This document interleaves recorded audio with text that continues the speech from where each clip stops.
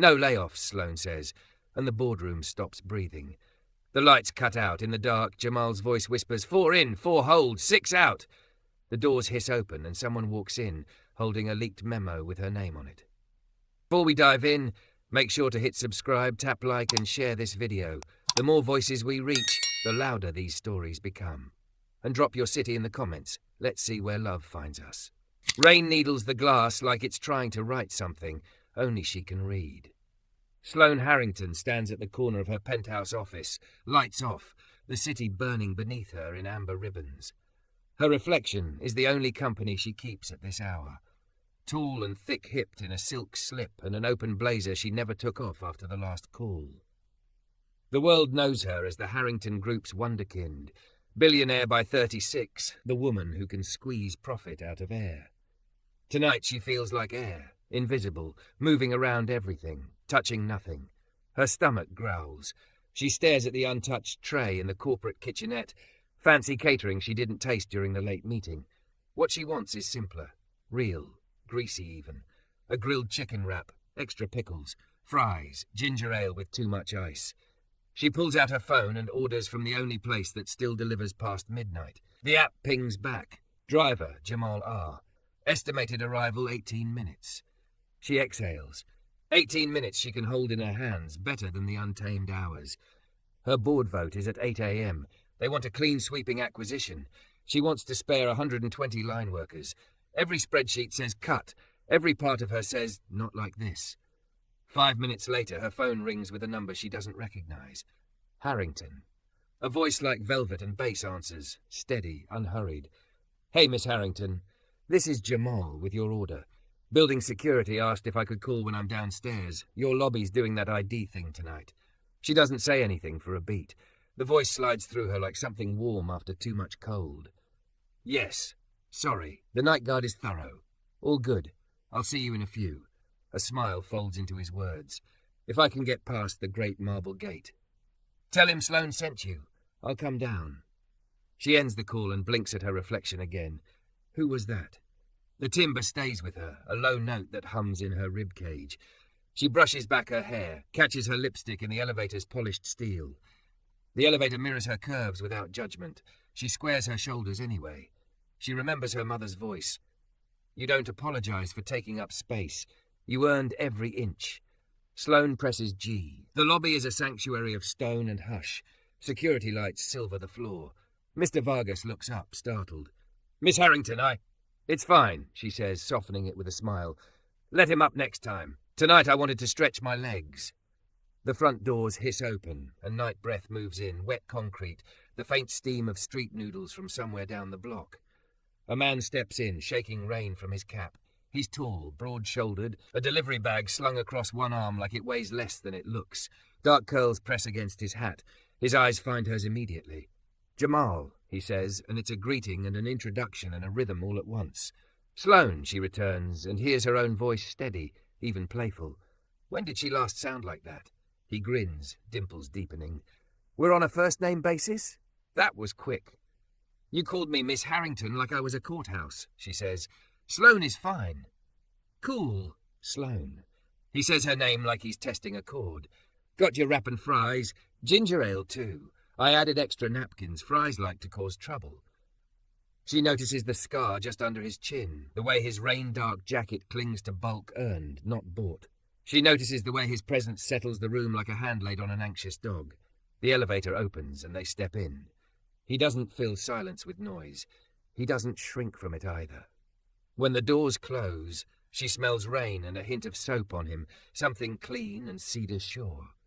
Long night? He asks. Long week, she answers. You fixing it with fries? It's not teasing, it's understanding. If only it worked that way, she says, and flashes a quick, unguarded grin. I have a vote in the morning. Big deal, bigger than I want it to be. He nods like she's told him something sacred. Then maybe the fries won't fix it, but they might help you remember you're human. Her laugh surprises them both. He smiles but doesn't push. When the doors open on her floor, the city pours in again. She leads him to the glass-walled corner office where the skyline is a lit stitchwork across blackness. Wow, he says low, you work in a planetarium. Sometimes it feels like outer space. She takes the bag, the paper warm against her palms. Do you have to go right away? He raises his brows like she's asked something unusual. Maybe she has. She doesn't invite people into her space. She doesn't invite anything inside, truth be told. I can hang a minute if that's okay. He taps the side of his phone. No other orders in the queue. She gestures to the small sofa near the window. He sits with the careful ease of a man aware of his size in other people's rooms. She opens the bag. Steam size up, salted and comforting. The fries are a mess of golden edges. The ginger ale snaps its tab and crackles alive. They eat without ceremony. He thanks her when she offers half her fries, and he says it like a blessing, not a habit. The clock on her desk ticks from 12:43 to 12:44. Outside, a late bus crosses the bridge, an ant dragging a neon string. You ever get tired of being the person everyone thinks has the answer? He asks after a while, not looking at her, looking out. Constantly, she admits. You? He chuckles. They think drivers don't have questions worth hearing. I didn't, she says, and he turns. She meets his eyes. I'm not proud of that. Honesty looks good on you, he says, and it doesn't come out oily. It lands soft, true. For what it's worth, I think you do have answers. Probably the kind that hurt before they help. She swallows around a tightness that isn't food. That's the problem. The hurt lands on people who can't afford it. My mom used to say, if it hurts the wrong folks first, keep looking. What did your mom do? Everything, he says, half smile. Home health aide by day, church kitchen by night, professional warrior in between. He taps the edge of the takeout bag. She'd tell you to eat while it's hot and decide after you breathe. Sloane studies his hands when he speaks, broad, steady hands, a faint flower line at the cuticle like he baked recently. Do you cook? Yeah, he says, a little shy now. Catering on weekends, side hustle. Voice pays less than people think. She tilts her head. Voice? I do some VO work, ads, local stuff, podcast intros here and there. He shrugs. I'm working on putting it together for real. That explains the bass. She says it lightly, but her skin warms anyway. His voice had made the elevator feel smaller, gentler. You should do audiobooks. Working up to it, he says, one chapter at a time. His grin returns. That's a terrible joke. It's perfect, she says, more quickly than she means to. They are quiet, but nothing about it is awkward. Something about the rain makes honesty easier, like the city can't hear inside its own noise. Her phone vibrates. Board docs, final packet, and the little brick of glass becomes heavy as a verdict. She doesn't pick it up. Jamal tracks her eyes and then looks away like he's giving her privacy without leaving. I don't know why I asked you to stay, she says. I do, he says it softly. Because you didn't want to be a planet by yourself tonight. She feels the words land. Her chest loosens. She leans back, the silk of her slip catching on the sofa's seam.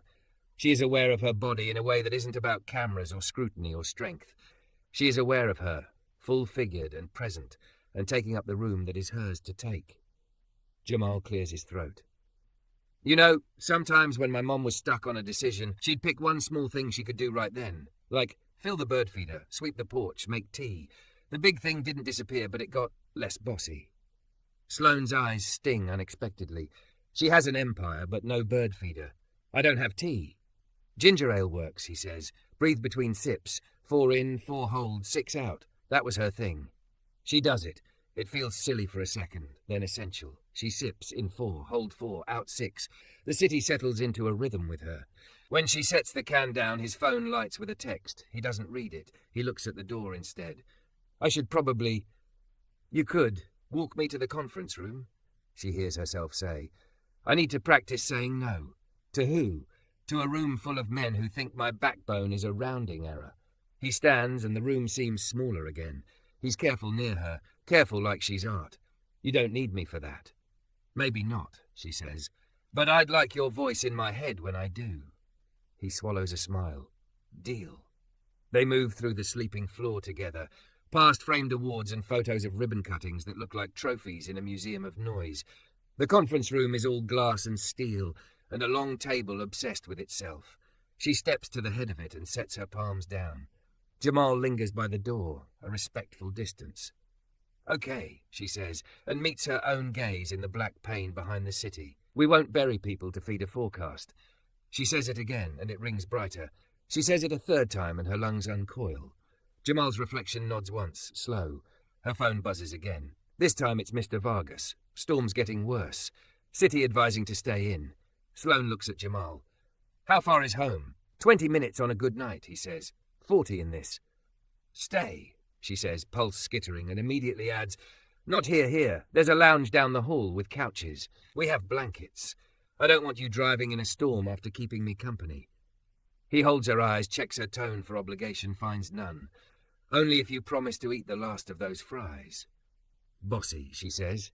You started it. They smile, and lightning threads the distant river like a stitched mouth pulling open. She'll still have to fight in the morning. But right now there are small things she can do. Finish the fries, print her notes, rest for 90 minutes, offer a blanket to a man who said her name like it mattered. Come on, she says, and leads him toward the lounge. The building hums, a giant heart in the storm. He walks beside her, not ahead, not behind. When they pass a window, thunder rolls close enough to feel. The lights dip, then catch. Sloane stops without meaning to. He does too. She looks up at him, rain shining in the curve of his cap brim, the city making a halo of electric glare around his shoulders. 4 in, he murmurs, voice a low anchor. 4 hold. 6 out. She breathes it with him until the thunder finishes speaking. Then they keep walking, and she realizes she has forgotten, just for a moment, why she ordered food at all. Only his voice remains, and the decision waiting for her like something she might finally be strong enough to carry. Don't forget to subscribe for more intense cinematic love stories. Your click helps us make the next chapter. The lounge is a hush of grey sofas and late-night hum, a place designed for naps between wars. Sloane flicks on a lamp with a linen shade, and the light turns the storm into a watercolour through the long window. She finds the closet, blankets in plastic, a basket of sleep masks, a lonely yoga mat like a promise nobody keeps. Jamal stands in the doorway, dripping rain politely onto the tile. You can take the couch by the window, she says. There's a blanket too, actually. And you? He asks. She gestures at the small table with the printer. I'm going to murder some paper and then close my eyes for 90 minutes. That's the plan. Good plan, he says, smiling like it's a real thing that can hold. She pulls the plastic open, hands him a blanket that feels softer than it looks. He drapes it over the arm of the sofa, then hesitates. You mind if I kick my shoes off? I promise I don't work for the lobby smell. She laughs before she can stop herself. Be my guest. He sinks into the couch with a relieved sound that does something to the room. He is large but careful, taking up space that somehow gives her more. Sloane turns to the printer and the cold comfort of bullet points. The draft in her laptop becomes a different document, one that tries to talk like a person and not a spreadsheet. Phase the integration. Retrain. Preserve shift differentials. Freeze executive bonuses. Create a bridge fund. 6 months of pay for anyone whose role truly disappears. She adds a line she doesn't know she's writing until it's there. We do not hurt the wrong people first. The printer coughs and spits. Pages slide out like wrists surrendering watches. She picks one up and stares at it. Words can be so brave when they're flat. Want me to read? Jamal asks behind her, his voice a warm stripe across the storm. She startles, then immediately hands him the stack like this was always the idea. Yes, please, I need to hear it. He shifts, settles, and begins. His cadence is unhurried, not theatrical, but attentive, like he's handing her back what she wrote in the tone it deserved in her head.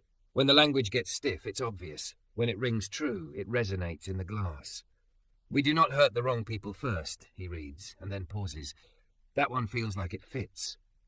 It's my mom, Sloane says, surprising herself again. Or maybe your mom. Maybe they were friends in a different life, he says, and keeps going. He reads the part about the bridge fund, about redirecting a portion of share buybacks into reskilling. He gives each number enough weight to stay upright. At the line about freezing executive bonuses, he glances up to see if she means it. She meets his eyes and nods. He nods back. A simple seal. Her phone lights. CFO Shaw? Status? She taps it face down like a tiny door she can choose to close. Again? She asks. He starts over without sighing. The words are steadier the second time, less apologetic. She makes notes on the margin with a pen she doesn't remember uncapping. When he finishes, the storm answers for them.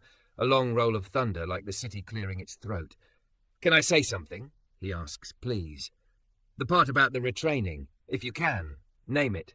Not just retrain, like forklift ops to autonomous monitor, legacy QA to sensor tech. People hear themselves better when the steps have nouns." She stares at him. "You've thought about this?" He gives a half shrug that doesn't fit how much he's thought. "I deliver to a warehouse where they did it right. Guys my age who used to lift all day now watch screens and fix jams and go home without ice packs. Nobody lost hours. It can work." She scribbles fast, the tip of the pen tearing a small fur at the corner of the page.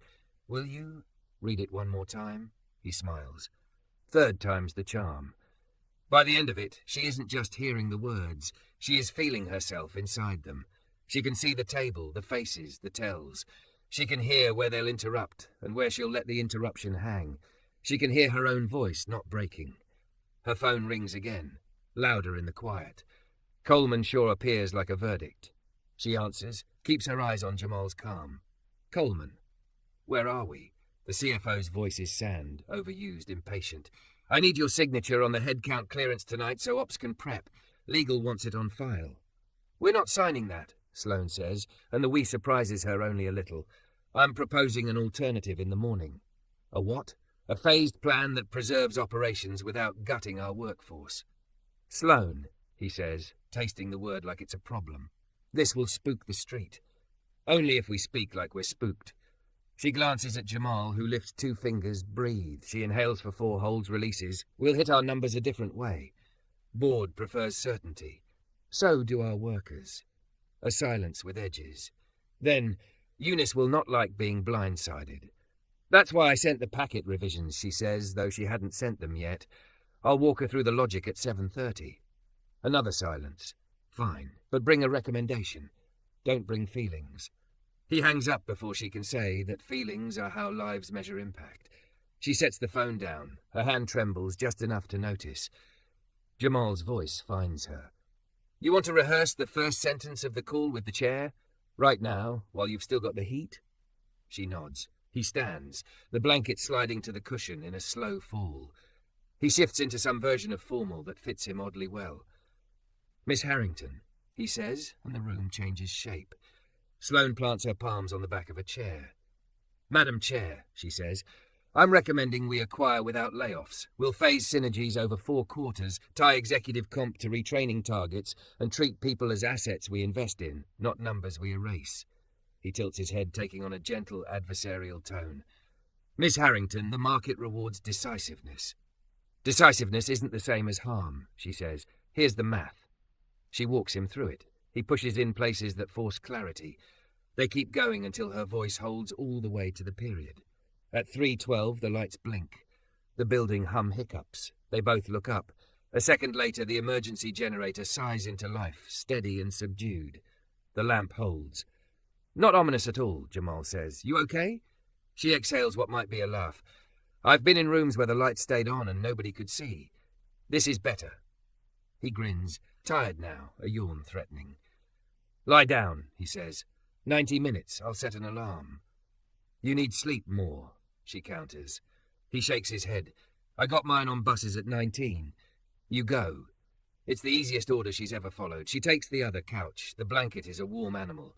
She closes her eyes to rain and paper and the memory of his voice reading her strongest sentence back to her like it was already true. She wakes to the smell of heat, that small, clean smell of toast from the staff pantry.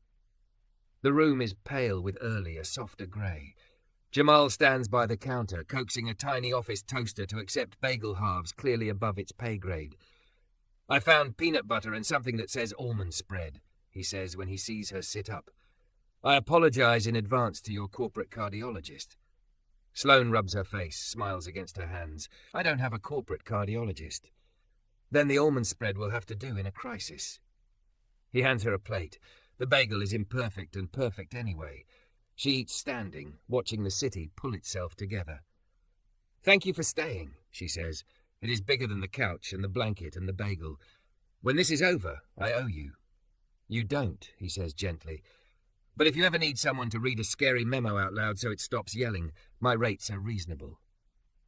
She taps her phone, opens voice memos. Say that line again, she asks, the one that fit. He lifts a brow, then lifts his voice, looking not at the phone, but at her. We do not hurt the wrong people first. She hits stop. The file sits there, small and enormous. We do not hurt .m4a. She tucks the phone into her blazer pocket like armor. The rain lightens to a drizzle. At 7:22, she smooths her jacket. Jamal stands, slips back into his shoes. The moment where they decide how to end this arrives and breathes between them. I can walk you to the door and then disappear like a gentleman, he says. You could wait here, she hears herself answer. If you want. I might need a voice to come back to. He doesn't make it bigger than it is. I'll be right here, he says. Go do the thing. She does. The hallway is different now, awake, a few lights on in offices, the cleaner's cart parked like a ship at dock. The conference room door is already propped. Eunice Park, immaculate in navy, is taking her seat. Coleman avoids her eyes. Two other directors whisper like weather. Miss Harrington, the chair says without preamble. Before we begin, our counsel suggests a closed session. No staff, no guests. Understood, Sloane says, because she brought no one in. Her hand finds the edge of the table. Her phone in her pocket is a square of courage. Are you prepared to recommend the headcount action? Eunice asks. Sloane looks down at her printed pages, at the margin where she wrote nouns. Forklift, monitor, QA, sensor tech, line lead, safety systems. She looks up at the faces that will decide which people count. The room waits. I'm prepared, she says, voice clean. The chair nods. Then let's proceed. Sloane takes a breath. 4 in, 4 hold, 6 out. Feels the morning settle into her bones and opens her mouth to say the first word that will change all the ones that follow. The first word tastes like metal, but she says it anyway. No. The air in the glass room stills. Eunice Park's eyebrow makes a quiet ascent. Coleman Shaw sits back, lips thinning. The rain has weakened to a grey mist. The river looks like brushed steel beneath the bridge. Someone's pen clicks again, then remembers itself and stops. Sloane doesn't try to soften the word. She spreads her pages and meets the room. No layoffs. We acquire. We phase the integration over 4 quarters. We redirect 0.6% of buyback allocation to a bridge fund. We freeze executive bonuses until retraining targets are met, and we tie our own comp to those targets. Miss Harrington, Eunice says, voice precise. I believe you understand the market's appetite for certainty. I do, Sloane answers. She can feel the small square of the voice memo against her ribs. We do not hurt the wrong people first. She keeps it where she can reach it without touching it. Certainty isn't the same as speed, and speed isn't the same as harm. Coleman leans forward, fingers steepled like a caution sign. The street will see indecision. The street will see long-term value, she counters and slides the first sheet toward him. Retaining trained workers saves us 7 figures in turnover costs in year 1. Accidents drop when line leads become safety systems techs. OSHA incidents fall. Insurance follows. This is not charity. This is the most efficient way to honour our balance sheet and our people at the same time. A director at the far end, silver hair, immaculate pocket square, flips a page, not looking at it. Retraining is notoriously aspirational. Most firms talk about it and then call the same vendor to do a 2-hour webinar. We're not a foundation. Neither am I, Sloane says. Name the jobs. Forklift ops to autonomous monitor, legacy QA to sensor tech, line leads to safety systems. None of that is a webinar. It's hands-on within 90 days. We embed the vendor on site and pay on completion, not promises. Eunice's gaze stays steady. What about quarter 2? What if performance dips? Sloane breathes in for 4, holds for 4, lets it go for 6. She can feel Jamal's cue in her lungs. Then I take a $1 salary until we hit the milestones. No equity vesting for me or for the executive team until we meet the retraining threshold. I will not ask people who make $22 an hour to shoulder the risk I won't touch. Coleman's chuckle is a small, unkind thing. You're grandstanding. I'm guaranteeing, she says, and does not blink. This company names buildings after men who made bets. This is my bet, and I'm backing it with my own paycheck. The room moves, subtle as weather. Pages turn. Someone coughs. Eunice folds her hands, and Sloane knows that movement. It means the chair is about to test the fence. Your projected synergies take 110 days longer, Eunice says. Our competitors will carve us for lunch. Our competitors will be firing and rehiring the same people under different names, Sloane says. They'll spend a year training their replacements for free every quarter. We'll have ours learning in-house skills that stay with us. Coleman looks to the General Counsel like there might be a legal trap hidden in the sincerity. And if your bridge fund depletes, then we can say with a straight face we tried every responsible alternative before we cut 1 hour, she says, tempering steel with steadiness. We will not hurt the wrong people first. Eunice's eyes sharpen a degree. You've said that twice. 3 times, Sloane says, before she can stop herself. My mother said it. His mom said it too. She hears the last clause and doesn't name him. The room doesn't need his name to feel the weight of what she means, a chorus of mothers who never met but somehow agree. Silence gathers, this time a kind without teeth. When Eunice speaks again, her voice is cooler but not colder. We vote. They go around the table in order, like a liturgy. Coleman speaks fast. No, and cements his heels. The silver-haired director chases him with a second no. The next 2 vote yes, 1 cautious, 1 clear. The 5th is a yes that trembles like a bridge in wind. 4 eyes turn to Eunice. Sloane feels the floor tilt, not toward fear, but toward truth. She lets herself press an index finger to the little square of her phone through her blazer fabric, not to play the file, just to remember it's there. Eunice breathes. She has the calm of someone who learned early that words can move money the way levers move stone. Certainty, she says, almost to herself. She studies Sloane like a puzzle, with one piece refusing the wrong space. I want to be able to say decisively that we did not throw people away to buy a quiet quarter. She looks up. Yes. Sloane doesn't let her shoulders sag. She promises herself she'll feel it later. She holds her face neutral enough for a photograph. Coleman makes a small noise, incredulous, contained, efficient in its disapproval. It passes, Eunice says. Miss Harrington, you will send updated guidance in 48 hours. Mr. Shaw, adjust the comms outline accordingly. Coleman's glance is acid. We'll need to prepare for analyst outrage. We'll prepare to explain our numbers like adults, Eunice replies and stands. Adjourned. The weight doesn't leave, but it rearranges. Sloane gathers her pages, careful not to drop the one with the nouns scrawled in the margin. Coleman is already on a call as he leaves, a hiss of risk and reputation tailing him down the hall. In the corridor, the cleaner gives Sloane a shy thumbs up. Sloane doesn't know what rumour moved so fast. Maybe not rumour at all. Maybe the building can tell when harm was held back an inch. She walks. Her legs remember how. The lounge door is a muted rectangle of light ahead. She feels the shape of this moment the way you feel an old bruise. Pain, then pride. She slips in. Jamal is sitting up, headphones loose around his neck, the blanket folded to a sentence. When he sees her, he stands, not because she's the CEO, but because he learned to meet people with his whole body when it matters. Well, he asks, voice careful and warm at once. Yes, she says. It comes out like a breath that never found a wall. The word widens in the room. We did it. He laughs, a quiet burst like a match caught, and then he's just smiling at her, not too big. You did it. We, she insists, and then shakes her head, corrects herself with the precision she used on the board. I did it. Because you helped me hear myself. Both things are true. He tips an imaginary hat. I'll take that. Something loosens inside her sternum. She leans her hip against the table, suddenly aware of how long she's been holding her own gaze steady. She wants to memorize him in this strange soft light, the wet curls drying into shapes that disobey the cap, the way his mouth can mean different kinds of kindness. She wants to memorize the feeling of being held in place by a voice that didn't demand anything from her to stay. Stay, she says, then hears the double meaning and finds the smile that goes with it. I mean, 5 minutes. I have to call the plant leads and our HR director. Then I want to ask you something. 5 minutes I can do, he says, and collapses back into the couch like the storm finally admitted it was tired. She dials. Words come easier now. She tells the head of operations in Patterson that the night shift can breathe. She asks the HR director if their vendor can put bodies on the floor by Monday.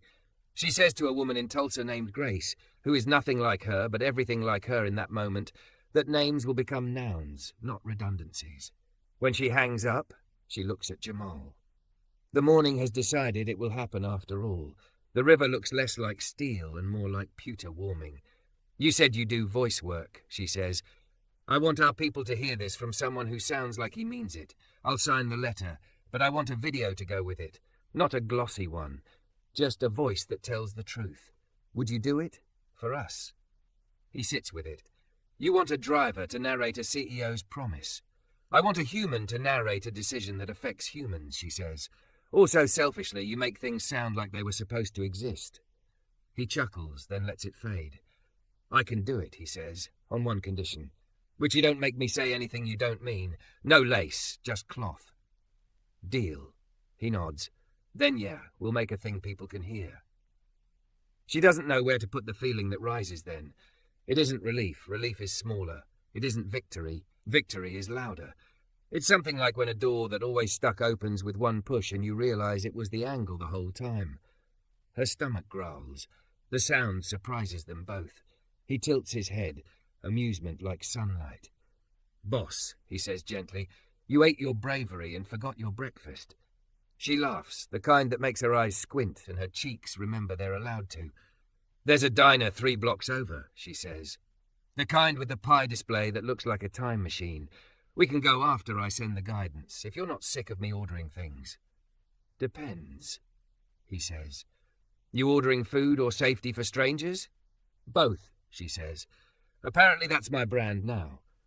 They gather the blanket, the notes, the crumbs of bagel that testify to another kind of plan. He shoulders his jacket. She shrugs into her blazer and feels the voice memo in the pocket like a secret talisman. She taps it once. We do not hurt the wrong people first. She hopes one day it won't need saying. For now it does. For now it's a banner she can lift without apology. In the hall, the morning staff is arriving. Quiet steps, coffee steam, the day's first jokes low and fond. Mr. Vargas nods at her with a look that says he heard something in the wires. She nods back, a small answer to a larger question. At the elevator, Jamal hits the button and then doesn't look at the numbers. He looks at her. You're shaking, he says softly. It's not pity, it's notice. It's leaving, she says, the fear. It's finding somewhere else to live. Let it, he says, and when the doors open he stands just enough to the side that she chooses who to be in the space beside him. She steps in and chooses. Down in the lobby, the rain gives up its last argument. The city smells like wet concrete and fried onions from a cart that got brave early. Sloane breathes 4 in, 4 holds, 6 out. He doesn't count with her this time. She doesn't need him to, and he knows it. That kind of knowing feels like a gift wrapped in ordinary paper. On the sidewalk, she hesitates. Thank you, she says, and she means for the fries, the blanket, the reading, the listening, the holding, and the not holding. She means for the way his voice made space in her head for her own. You're welcome, he says, and then because it's morning and the world is not as dangerous as it was an hour ago. Sloane. Jamal, he grins. Breakfast? She nods. The boardroom is still right there behind her, glass walls at her back, numbers still waiting like polite dogs for the next command. The river is right there in front of her, carrying the storm away. Between them is a man whose voice turned a long night into a way through. They walk, not ahead, not behind, side by side. And for several long blocks, she forgets she's a headline, and remembers she's a person who once ordered late-night fries, and accidentally found the sound that made the room inside of her make sense.